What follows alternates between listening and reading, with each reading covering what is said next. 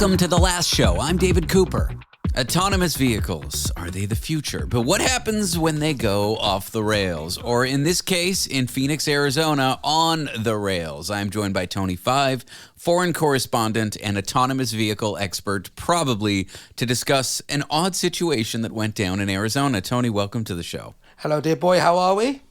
I am doing well. How are you, dear boy? I'm doing good. I mean, off the cuff of the CES show, which is the Consumer Electronics Show in Las Vegas, where there was all things robotic, AI, all these wonderful things. And a report caught my eye in Phoenix, one of these Waymo vehicles. So it's like a autonomous or self-driving vehicle. Was caught driving on these light rail tracks. It took this poor passenger who must have been freaking out completely in front of I guess we call them trams here in the UK. So it's not like a heavy train, but one of the light rails that go through towns and cities and stuff, like tram. Yeah, like a trolley, a streetcar, that kind of thing. Yeah, it put this poor guy on this light rail track and he had to jump out. He jumped out. Yeah, there's video of him escaping the car, running through traffic to be like, oh, there's going to be an accident. Now, a train did not smash into the Waymo, and I guess I'm glad it didn't because people would have gotten hurt. But I do hate those cars. Have you ever been driving on a street with autonomous vehicles? No, because we don't have them here in the UK. So weirdly, they are being trialled on some of the major roads.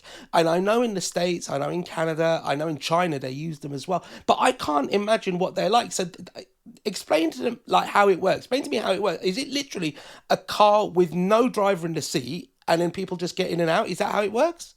That's exactly right. And my friends who live in San Francisco, because I used to live there where Waymo is allowed, love it. In fact, I was in the car the other day with my old neighbor. He was visiting New York, and he was talking about how he loved it. And me and the Uber driver that we were in an Uber were ganging up against him, saying this would never work in New York. And then he finally like tried to convince us that it would work in New York. But then I said, but then you would never get into an argument with your Uber driver, which was currently happening. And the Uber driver just starts laughing. He's like, yeah, you got no one to argue with.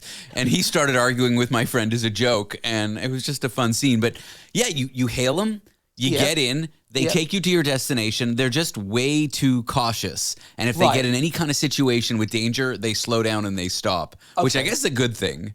But it's annoying. Well, how does it deal with... I know it must have cameras, it must have lots of sensors, but when I came to New York, people have no respect to the highway code. So they will just run in front of cars, run in front of bikes. I nearly got hit by like the Lime bikes maybe 30, 40 times. I nearly got hit by taxi drivers. I nearly got hit by like police cars there who pay no attention to road sense. No. So in something as sort of tightly lipped as like New York City, I can't imagine it working. But I also can't imagine just being a passenger in that. It's like driving blindfolded, right?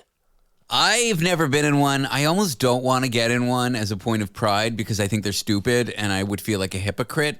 Okay. But to your point about New York, a red light just means look both ways before you cross, and a green light means cross. Like the pedestrians do whatever they want here. Yes, absolutely. Is there a rule against jaywalking? I feel that America has a jaywalking rule, but I don't know how well it's imposed. Yeah.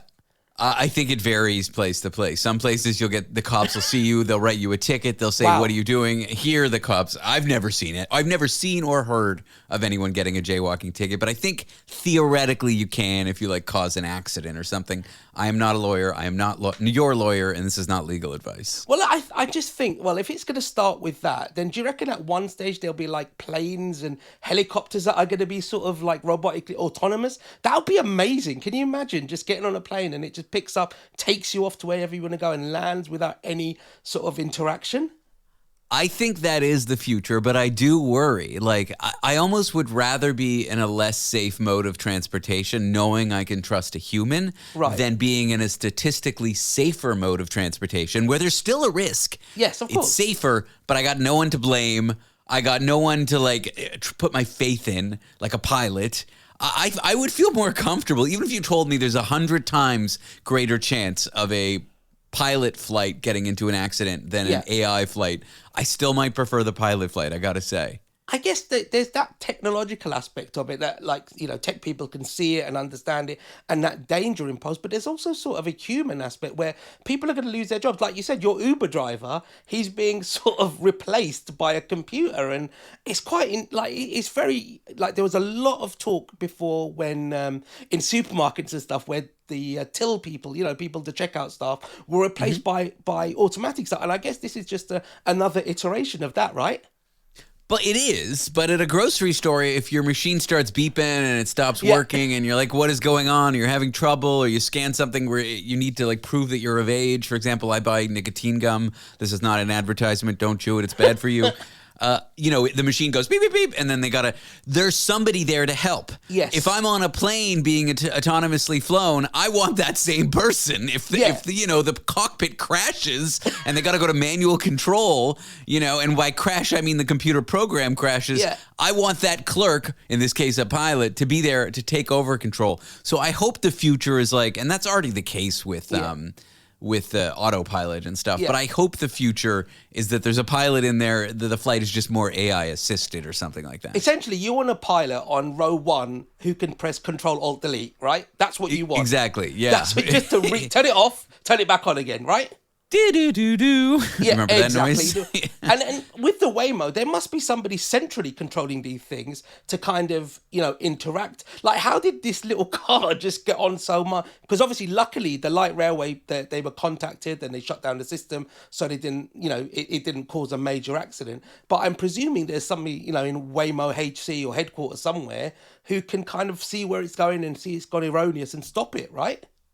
My understanding, and I may be wrong, but my understanding is, at least with some of these companies, perhaps not Waymo, here's what I think happens. They dispatch a person from a central, office, right, and then the person gets in the car and fixes it, so to speak. I actually don't think it's remotely fixed. I think once they're bugged out and frozen and stopped and made a major mistake, they got to send in there's people anyway, you know what I mean? They got to send in the person like they do at the grocery store to help you with your checkout to fix the car. I think that's how it works. I assume they'll change that eventually, but I think that's how it works. Well, actually, delving deeper into the article, it actually says that these cars have got 29 sensors, which is cameras and sensors. But this light railway, it was only happened within the last year, the construction of it. So this Waymo this app or whatever controls the direction of these cars, it hadn't been updated enough. So probably that's why. So it doesn't sort of auto update with, changes that may happen to the road or construction traffic or so on. So that's probably why it did that. Yeah, the data that it drives on was trained without the light rail track. But these machines should be smart enough to adapt. And the fact that they aren't, it's why are they on public roads? Exactly. So it should have a constant update. Well, at least we've got to the bottom of it. So I'm not going to go on a Waymo for the next decade. Certainly not. If you want to watch this video of someone jumping out of a car stranded on a tram track in Phoenix, just look it up. Tony Five is our foreign correspondent. Tony, thanks for being on the show. Thank you very much, my friend. Good night and goodbye. Welcome to Survivor 50. February 25th on Global. We chose you to represent 25 years of the greatest adventure on television. It's the biggest season ever.